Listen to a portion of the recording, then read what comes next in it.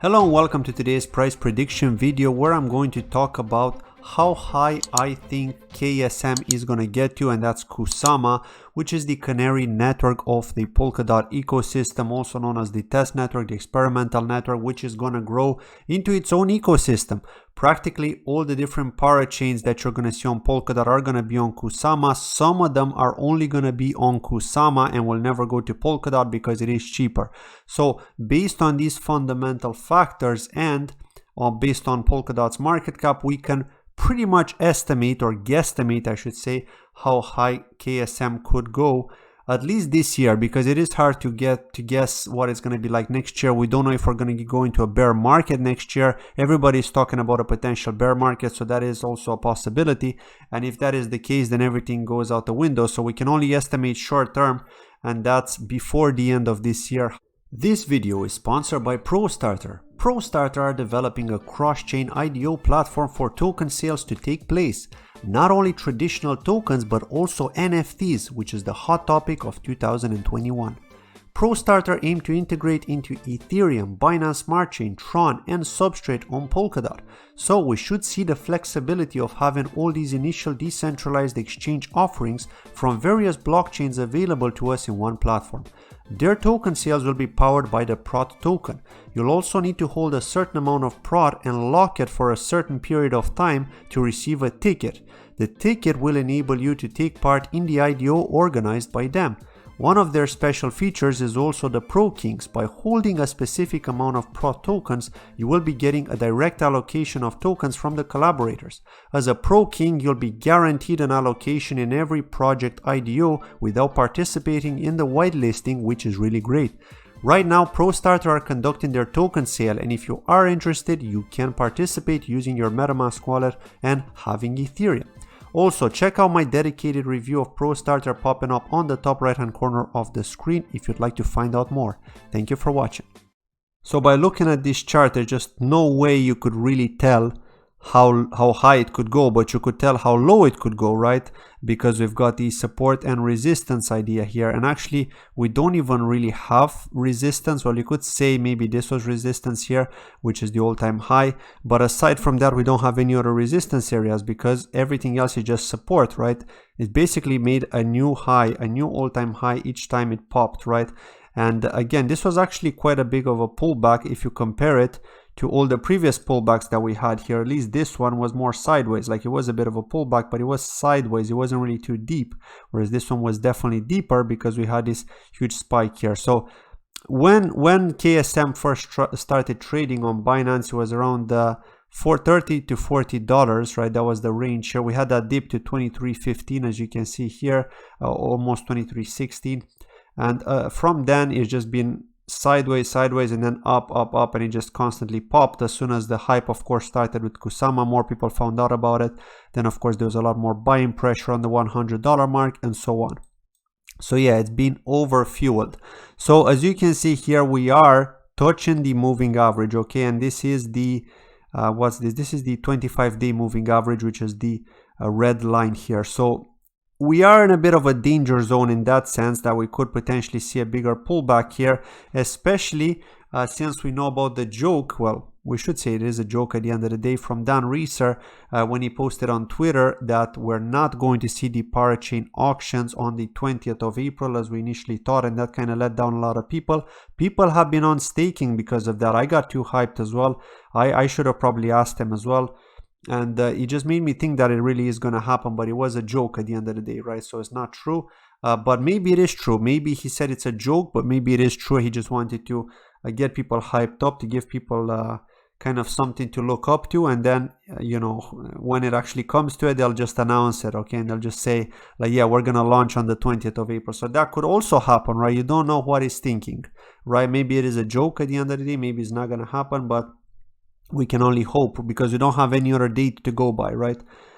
So yeah, as you can see here, it is moving across the moving average here, so it is doing pretty well in that sense. If we go below this moving average, then we could still see a turnaround, right? And again, I have to remind you here that it all depends on how long it's going to take before the parachain auctions launch, because people can get tired, right?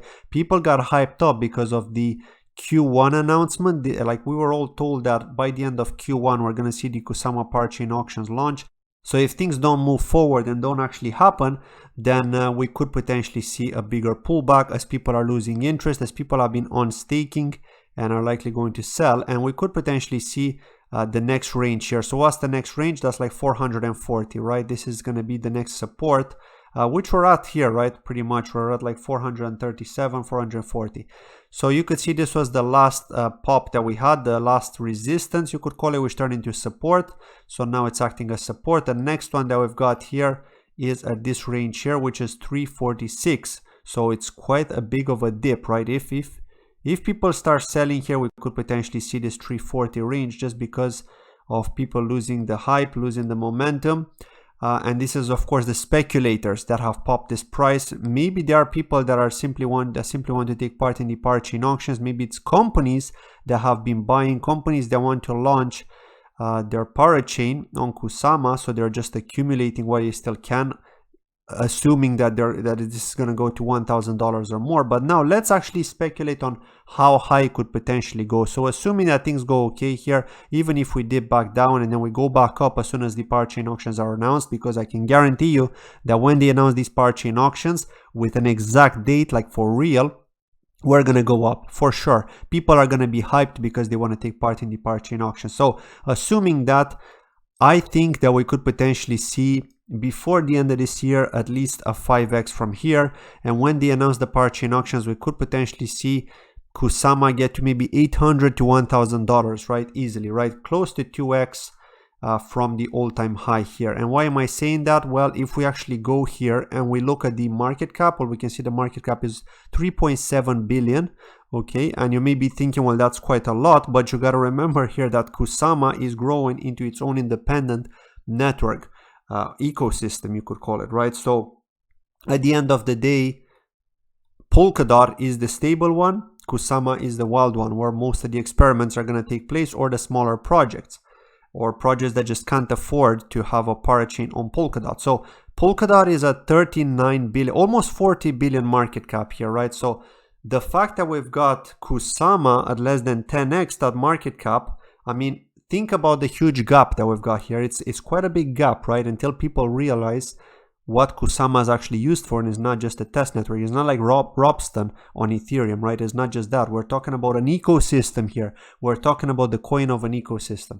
So because of that, I do think that this gap is going to get narrower, and I do think that we're eventually going to see maybe a 2-to-1 ratio, perhaps not as high as Polkadot, because Polkadot is the king, it's the stable network, right? But we could potentially see it get to maybe 50%, 30 to 50% of Polkadot's market cap. So if we get a $15 billion Kusama market cap, that would be a lot, right? That would be like almost what, 5x from here.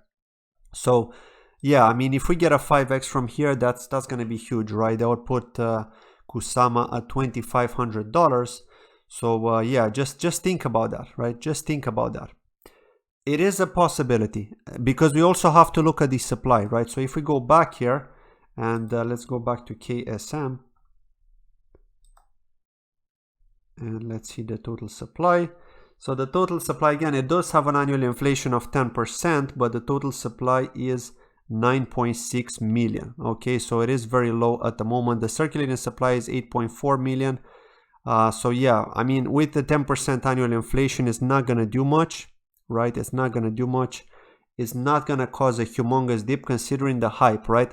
Yeah, in a bear market, I would be more worried about that, but just because the supply is so low, I think that they still have a very good shot. And you got to remember, right, we have to go by fundamentals here, not just TA, because you can't really do TA on this, right? How can you do TA on this when we already had this all-time high and it's just been parabolic, right? Aside from the downside, right? If we're talking about the bearish scenario, yeah, we can do TA. Like I said, 340 is the next area. Then we could potentially go to 290, right? And even lower, maybe 270. But this is highly unlikely to happen in the coming months, at least, right? While we're still in this bull market and with everything that's to come.